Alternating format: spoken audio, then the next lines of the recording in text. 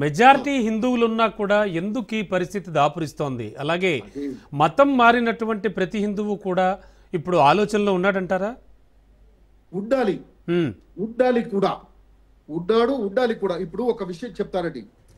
మోసపూరితంగా స్వార్థపూరితంగా ప్రలోభ పెట్టి అనేకమైనటువంటి పద్ధతులతో ఇవాళ మత మార్పులు జరుగుతున్నాయి. ఇవాళ నేను ఒక చిన్న విషయం చెప్తానండి. చెప్పండి. ఇవాళ ఒక స్వస్థతా కూటములు జరుగుతున్నాయి, అనేకమైనటువంటి మీటింగ్స్ జరుగుతున్నాయి. ఇవాళ క్రిస్టియన్స్ ఓపెన్ గా చెప్తున్నాను నేను. జరుగుతున్నప్పుడు దానికన్నా ముందు ఒక వారం రోజుల ముందు ఒక ట్రైనింగ్ క్యాంప్స్ పెడతారు వాళ్ళకు. ఆ స్వస్థత కూటంలో కానీ ఆ యొక్క మీటింగ్స్ లలో కానీ మీరు ఏం చేయాలి, ఎలా చేయాలి, మీరు ఎలా పరిగెత్తుకు రావాలి, ఎలా చేయాలి, ఎలా పడిపోవాలి కింద, మీకు కాళ్ళు వస్తులేవు, చేతులు పనిచేస్తలేవు అనేటువంటిది మీరు ఎలా చూపించాలి అంతా వాళ్ళకు ట్రైనింగ్ ఇచ్చేసి ఆ రోజు వాడిని ఎత్తుకొని వచ్చేసి అక్కడ పెట్టేసి వాళ్ళు ఏదో నూనె పెట్టిన తర్వాత ఏదో వాళ్ళు చదివిన తర్వాత వెంటనే కాళ్ళు వచ్చినట్టుగా, తర్వాత కళ్ళు పోయినోడికి కళ్ళు వచ్చినట్టుగా ఇవాళ చూపిస్తున్నటువంటి పరిస్థితులు. అంతేకాదు ఇవాళ ఊళ్ళల్లో కూడా వెళ్ళి వాళ్ళ పుస్తకాలు పెట్టి పుస్తకాలు ఇచ్చేసి మీ యొక్క దేవుడు సైతాను, మా దేవుడు మంచివాడు, మీరు మా దేవుడు నమ్మితే మీ యొక్క పాపాలు పోతాయని చెప్పేసి మా రక్తంతో ఆ యేసు రక్తంతో మీ పాపాలన్నీ తీసేస్తాడని చెప్పేసి వాళ్ళ వాళ్ళు కొన్ని ఊళ్ళలో ఇళ్లకు వెళ్ళి పదే వెళ్ళి చెప్తున్నటువంటి పరిస్థితులు మనం చూస్తున్నాం. వాళ్ళు తండ్రిలో కొట్టినటువంటి పరిస్థితులు కూడా చెప్తున్నాం. అంటే నేను ఎందుకు అంటున్నాను ఇదంటే, నీకు ప్రలోభ పెట్టి చేయాల్సినటువంటి అవసరం నీకేమొచ్చింది?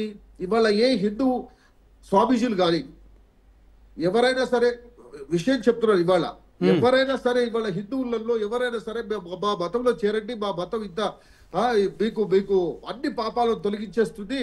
అరే మనం ఏమంటాం, మన ధర్మంలో కర్మణ్యవాధికారస్తే మాపలేషు కదాచన అని చెప్తామంటాం మనం. అవును, కర్మ చేస్తూ పోతూ ఉండండి, మీకు ఫలితం దక్కుతూ ఉంటుంది. అందుకని మీ కర్మను మేము తీసేయలేము, ఎవరు తీసేయలేరు.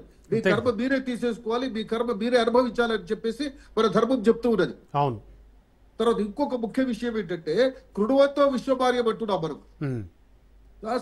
ఆకాశం పతితంతో యథాగచ్చ సాగరం సర్వదేవ నమస్కారం కేశవం ప్రతిగచ్చతి అంటున్నాం మనం. ఇవాళ అరే ఇవన్నీ చెప్తూ ఉన్నటువంటి మనము ఇంత బ్రహ్మాండంగా ఇంత అత్యంత భవ్యమైనటువంటి యొక్క మన ఈ సనాతన ధర్మం ఏదైతే ఉందో దాన్ని ఒకడు అంటాడు, కరోనా కన్నా అదట కరోనాతో పోలుస్తాడు వాడు.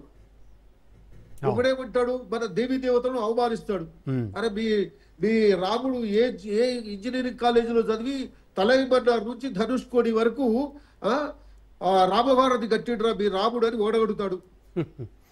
ఒకడేమంటాడు, మీ రాముడిని తలుచుకుంటే మీకు భూ వస్తుందా, మీకు భోజనం వస్తుందారా అని చెప్పి ఒకడు అడుగుతాడు.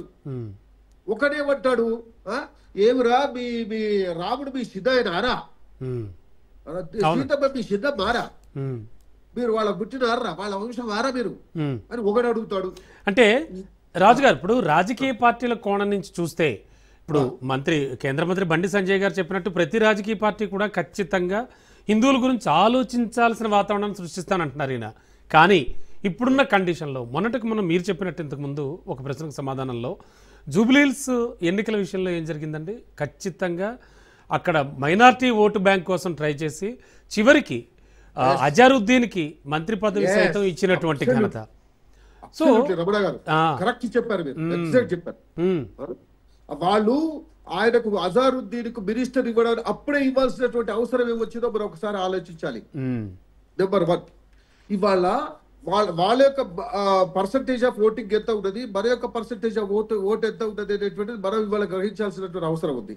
కానీ ఒకటి మాత్రం నిజం రమణ గారు, మనం అంటే ఏం అంటారు కదా, మనం అనుకుంటే మన కడుపు ఏదో అంటారు కదా, పేగులు మన మీదే పడతాయనే ఉద్దేశంలో ఇట్లా ఉన్న పరిస్థితి. కానీ ఇవాళ మొద్దు నిద్రలో ఉన్నారు ఇంకా చాలా మంది మన హిందువులు. అది మాత్రం ఒప్పుకోవాల్సినటువంటి అవసరం ఉంది. ఇవాళ పర్సంటేజ్ ఆఫ్ ఓటింగ్ ఎంత ఉందండి? అక్కడొక్కడే కాదండి, ప్రతి ఎన్నికలలో అదే జరుగుతున్నది. ఇవాళ ఒక్కసారి ఓటేస్తే దాని యొక్క పరిణామం ఎంత బ్రహ్మాండంగా ఉంటుంది, ఎంత భవ్యంగా ఉంటుంది, లేక ఎంత నాశన పరిస్థితి తీసుకొస్తుంది అనేటువంటి గ్రాహ్యం చేసుకునేటువంటి శక్తి మనలో లేదా? ఉంది. కానీ నైరాశ్యం ఏముందిలే అనేటువంటి ఒక భావన, అవును.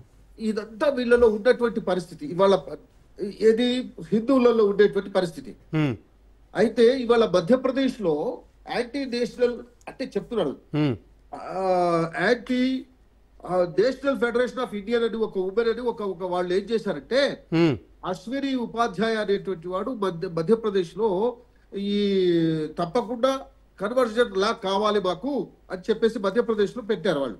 ఉమ్, అయితే ఆయన డైరెక్ట్ సుప్రీంకోర్టుకి వెళ్ళిపోయాడు. వెళ్ళిపోతే additional solicitor general KM Nataraj అనేటువంటి అతనికి సుప్రీంకోర్టు ఏమని ఇచ్చిందంటే, దీని మీద విషయాలు మీరు అన్ని పాయింట్ వైజ్ గా మాకు కావాలి అని చెప్పేసి వాళ్ళు సుప్రీంకోర్టు ఇచ్చింది. ఉమ్, అయితే దాని మీద ఇప్పుడు ఆ ఏ ఉంటాయి ఏమున్నాయి దాని ఇంగ్రీడియంట్స్ ఏంటి అవన్నీ కూడా చూస్తున్నారు, వాళ్ళు రాస్తున్నారు ఇవాళ. ఉమ్, అయితే ఇవాళ ఉత్తరప్రదేశ్ లో కానీ మధ్యప్రదేశ్ లో కానీ తర్వాత హర్యానాలో కానీ ఇటువంటి రాష్ట్రాలలో మత మార్పిడి చట్టం మత మార్పిడి నిరోధక చట్టం తేవాలనేటువంటిది తెచ్చారు కూడా, మధ్యప్రదేశ్ లో కూడా తెచ్చారు. ఉమ్, అయితే దాని మీద national federation of Indian women అనేటువంటి ఒక సంస్థ ఏం చేస్తుందంటే, వృద్ధ గ్రోవర్ అనేటువంటి ఆమె ఉమ్, వృద్ధ గ్రోవర్ అనేటువంటి ఆమె ఇది పెట్టొద్దు, ఇది పెడితే ఇట్లా సెక్యులరిజం ఏముంటుంది అని చెప్పేసి అంటే, ఒక్క విషయం మాట్లాడదాం రమణ గారు. ఉమ్, సెక్యులరిజం అనేటువంటిది ఎక్కడ ఉంది? వాళ్ళ మైనారిటీస్ అనేటువంటి వాళ్ళ పేరు మీద వాళ్ళకి అనేకమైనటువంటి అవి ఇస్తున్నారు ఇవాళ హిందువులు అనేటువంటి వాళ్ళు ఏదైతే ఉన్నారో వాళ్లకు మెజారిటీ ఉండి కూడా మనకు ఉండేటువంటి హక్కులు మనం రక్షించుకోలేకపోతున్నాం yes ఇవాళ. sir. నేను అదే అంటున్నాను. ఉమ్, ఆ విషయం ఇవాళ ఇంకొకటి ఏంటంటే, ఇవాళ ఇందిరా జయసింగ్ అనేటువంటి ఆమె కూడా మత మార్పిడి నిరోధక చట్టాన్ని తేవద్దు అని చెప్పేసి ఆమె పిటిషన్ పెట్టింది. అవును. అంటే ఇటువంటి వాళ్ళందరూ ఏంటంటే సెక్యులరిజం అనేటువంటి ముసుగులో అత్యంత భయానకమైనటువంటి పరిస్థితులు తీసుకురావాలనేటువంటి స్థితిలో ఉన్నారు కొంతమంది మన దేశంలో. ఉమ్, ఇవాళ దీనికి ఇంకొక విషయం చెప్తాను రమణ గారు. ఉమ్, ఇవాళ మాకు ఇక్కడ స్వేచ్ఛ లేదు, మాకు భయంగా ఉంది భారతదేశంలో అని చెప్పినటువంటి వాళ్ళు మనకు తారసపడ్డారు కదా. అవును. అరే ఎవరా మీకు చెప్పింది? ఎక్కడుంది మీకు భయం? మీకు స్వేచ్ఛ లేదు ఎక్కడ? ఇతర దేశాలలో ఎంత భయంకరంగా చూస్తున్నారో మనందరికి తెలుసు కదా. అవును. ఇవాళ దాదాపుగా ఏ కంట్రీ చూసినా అత్యంత దారుణమైనటువంటి, అందులో ముస్లిమ్స్ కంట్రీస్ అయితే ఇంకా దారుణంగా పరిస్థితులు ఉన్నాయి. ఉమ్, ఐదర్ ఇన్నర్ అంటే వాళ్ళంతా వాళ్ళు అంతర్గత శత్రుత్వాలు, వాళ్ళు బాంబులు వేసుకోవడం, తర్వాత లేకపోతే ఇతర దేశాలు వాళ్ళ మీద బాంబులు వేయడం, ఇది అనేకమైనటువంటి దేశాలలో ఉంది. ఇంకా మన దేశంలోనే వాళ్ళు స్వచ్ఛందంగా వాళ్ళు బ్రతుకుతూ ఉన్నారు. విషయం చెప్తున్నారు, మన దేశంలో ఉండేటువంటి స్వేచ్ఛ ఇంకో ఎక్కడ లేదు వేరే మతస్థులకు. Yes sir. అటువంటి బ్రహ్మాండమైనటువంటి భవ్యంగా జరుగుతున్నటువంటి ఈ దేశంలో ఇవాళ ఒక్కసారి మనం ఆలోచిద్దామండి. ఇవాళ వెస్ట్ బెంగాల్లో పరిస్థితి ఏంటి? అవును. ఇవాళ ఇన్ఫిల్ట్రేటర్స్ అని చెప్పేసి బంగ్లాదేశ్ నుంచి వస్తున్నటువంటి, తర్వాత మయన్మార్ నుంచి వచ్చినటువంటి రోహింగ్యాలు వాళ్ళు ఎంత దారుణంగా ప్రవర్తిస్తున్నారంటే, 270 హిందువుల ఇళ్లను తగలబెడితే, ఒక చిన్న ఉదాహరణ చెప్తున్నా, ఒక సెంట్రల్ క్యాబినెట్ మినిస్టర్ అక్కడికి వెళ్ళి చూసి వస్తూ ఉంటే అతని మీద దాడి చేశారు. చనిపోయేటువంటి పరిస్థితి నుంచి బయటకు వచ్చారు. అయితే దాని మీద ఇప్పుడు సెంట్రల్ గవర్నమెంట్ లో కింద ఇవ్వరు, ఐఏఎస్ ఐపీఎస్ సివిల్ సర్వీసెస్ వాళ్ళంతా సెంట్రల్ గవర్నమెంట్ కింద ఉంటారు. అయితే అక్కడ ఉన్నటువంటి డీజీపీని సరెండర్ ఇట్లా జరిగింది, ఒక సెంట్రల్ గవర్నమెంట్ లో ఉండేటువంటి ఒక క్యాబినెట్ మినిస్టర్ కి ఈ విధమైనటువంటి భద్రత కలిగించలేనటువంటి డీజీపీని ఉండొద్దని చెప్పేసి ఆయన సరెండర్ కమ్మని చెప్పేసి ఒక సర్కులర్ పాస్ చేస్తాడు. పాస్ చేస్తే అక్కడ ఉన్నటువంటి ఆ యొక్క సీఎం గారు మమతా బెనర్జీ గారు మీదిస్తే మేము వింటారని చెప్పేసి అతని 3 నెలలు అట్లే వచ్చి, తర్వాత 3 నెలల తర్వాత అతనితో రిజైన్ చేసి తన పిఎస్ గా పెట్టుకున్నది.